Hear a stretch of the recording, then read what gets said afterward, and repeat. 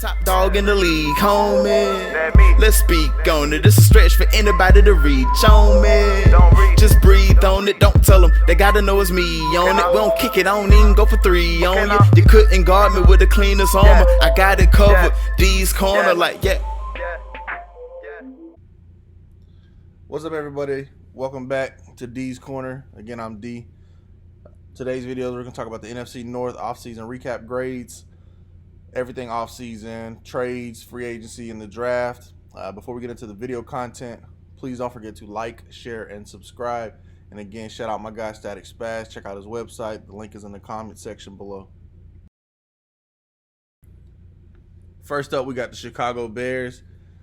They had a decent offseason. They have some cornerstones on defense, particularly Khalil Mack, Eddie Jackson, Roquan Smith. They do need to start getting some firepower on offense, but my player spotlight for free agency will be Robert Quinn, who came over on a big contract. And for the draft, it'll be Cole Kmet, tight end, Notre Dame. Robert Quinn's coming off 11.5 sacks, signed a huge deal to play opposite Khalil Mack.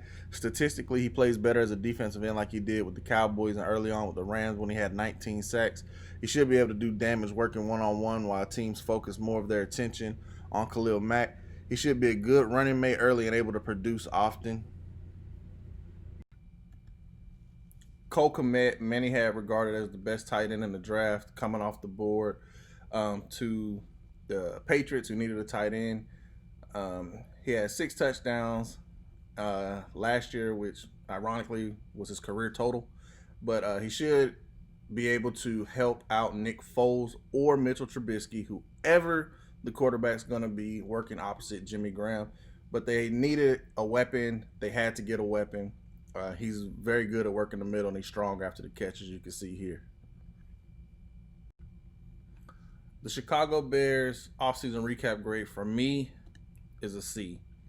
I feel like they overpaid Robert Quinn, who really doesn't mesh well in their 3-4 defense.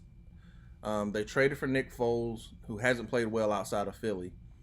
He does utilize his tight ends well, but the drafting of Cole Kmet made no sense. After bringing in Jimmy Graham on a 2-year deal, they have 9 total tight ends right now. And this isn't a stacked roster to focus so many roster slots on one position. They could have used a veteran corner opposite Kyle Fuller, but they did draft Jalen Johnson from Utah with their second pick in the second round. They don't have a great offensive line, and their weapons could have used a talent injection. Allen Robinson is on his last year of his contract, and with the future of this team up in the air, it's possible he leaves after the season. They could have found his replacement with a deep receiver class. They had a decent offseason, but nothing that makes them feel playoff bound. Next up, we got the Detroit Lions, who I think they had a pretty good offseason, brought in a lot of defensive talent throughout the draft and throughout free agency. Looks like Matt Patricia's trying to build a New England scheme in Detroit. My player spotlights are going to be for free agency. I'm going to have Jamie Collins. In the draft, I'm going to have 2 actually. Jeff Okuda and Deandra Swift. All right, let's get into it. Jamie Collins hasn't played well outside of New England, but will be in basically a New England system. He's athletic. He can rush the passer. He can play in space. He can play the run well. Last year, he had 81 tackles, 7 sacks, 3 interceptions. He's an upgrade over every linebacker on the Lions roster right now. This is a good pickup for the Lions. Jeff Okuda was the best corner in the draft. He's compared to Stephon Gilmore, who does fantastic in the same scheme. In the last 2 years, he hasn't given up 50 yards, and he's never allowed a completion over 12 yards. Great pickup for the Lions. Deandra Swift is coming off back-to-back 1,000-plus yard seasons. He averaged 6.6 yards per carry on his college career. He's athletic, agile, he's got great vision, can go inside, outside, can catch the ball out of the backfield, and he's dangerous in space. I believe he will fit nicely in this offense and potentially become the best running back option on the team, forming a nice duo with Kerryon Johnson. But don't be surprised if he starts as a rookie. Kerryon Johnson has shown that he's been injury prone since joining the league, and Deandra Swift will be the better option. All right, the Detroit Lions offseason recap grade for me is a B. They brought in a ton of players who fit their defensive scheme and are versatile. This should help their defensive production numbers. They trade away Darius Slay, but they swung for the fences, drafting Jeffrey Okuda at 3rd overall. You get the feeling with this regime that they think it's a make or break year for them. Though I feel they could have drafted Stafford's backup like Jacob Eason, another former Bulldog with a big arm.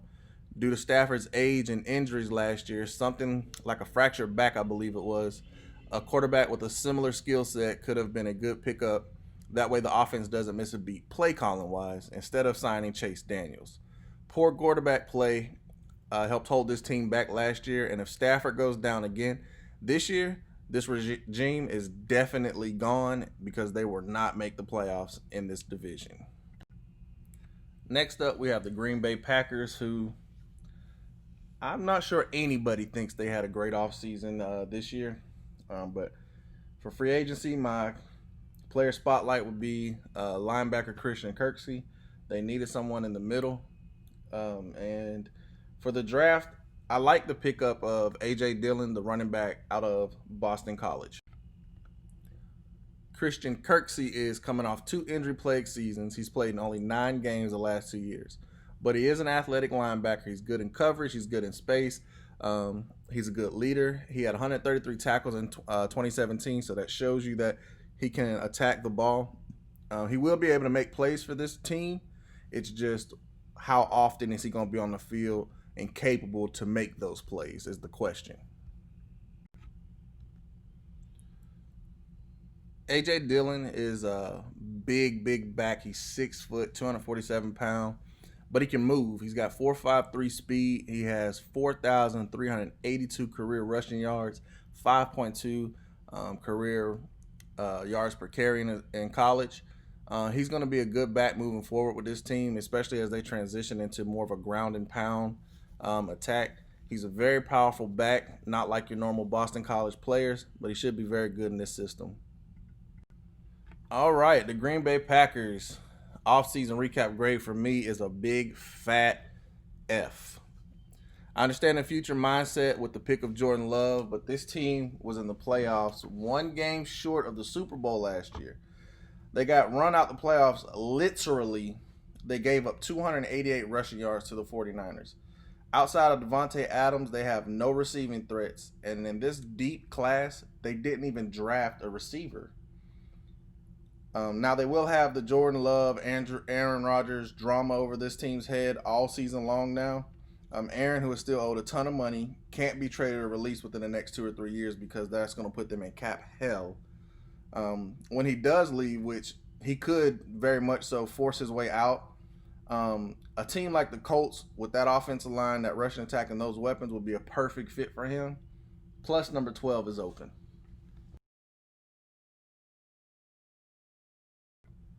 Finally, we have the Minnesota Vikings, who I think they had a pretty good offseason. They had a great draft. I don't really think free agency was too great for them, but the draft really helped make up for that. The free agency player spotlight is going to be Anthony Harris, who got franchise tagged. And in the draft, the player spotlight is going to be Justin Jefferson. Anthony Harris, he's a ball hawk. He's a great duo with Harrison Smith. He's coming off a 6-pick season, which tied for the league lead.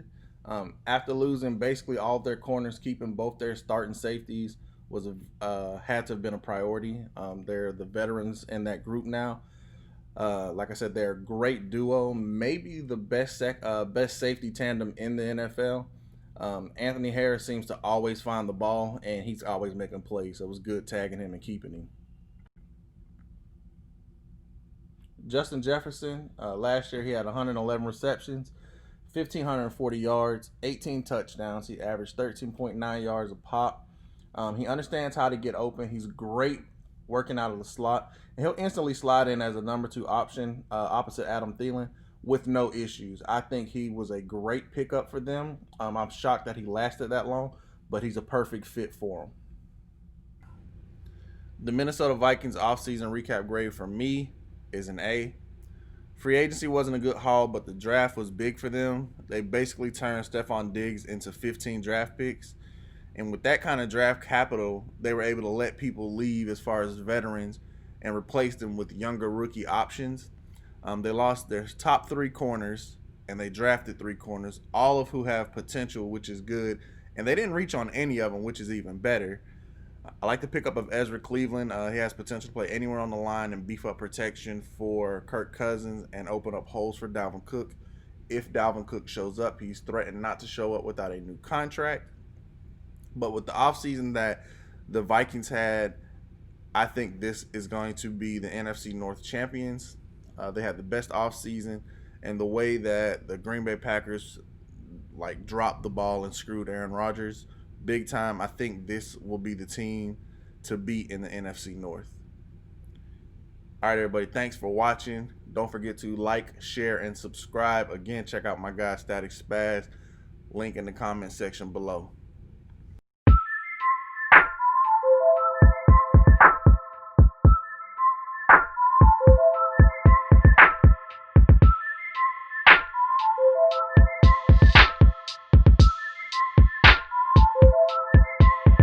Okay, now. I'm the top dog in the league, homie. Yeah. Let's speak on it. This is a stretch for anybody to reach on me. Just breathe on it, don't tell them. They gotta know it's me on it. Won't kick it on me and go for 3 on you. You couldn't guard me with the cleanest armor. I got it covered, these corners. I'm the top dog in the league, homie. Let's speak on it. This is a stretch for anybody to reach on me. Just breathe on it, don't tell them. They gotta know it's me on it. We don't kick it on and go for 3 on you. You couldn't guard me with the cleanest armor. I got it covered, these corner, yeah.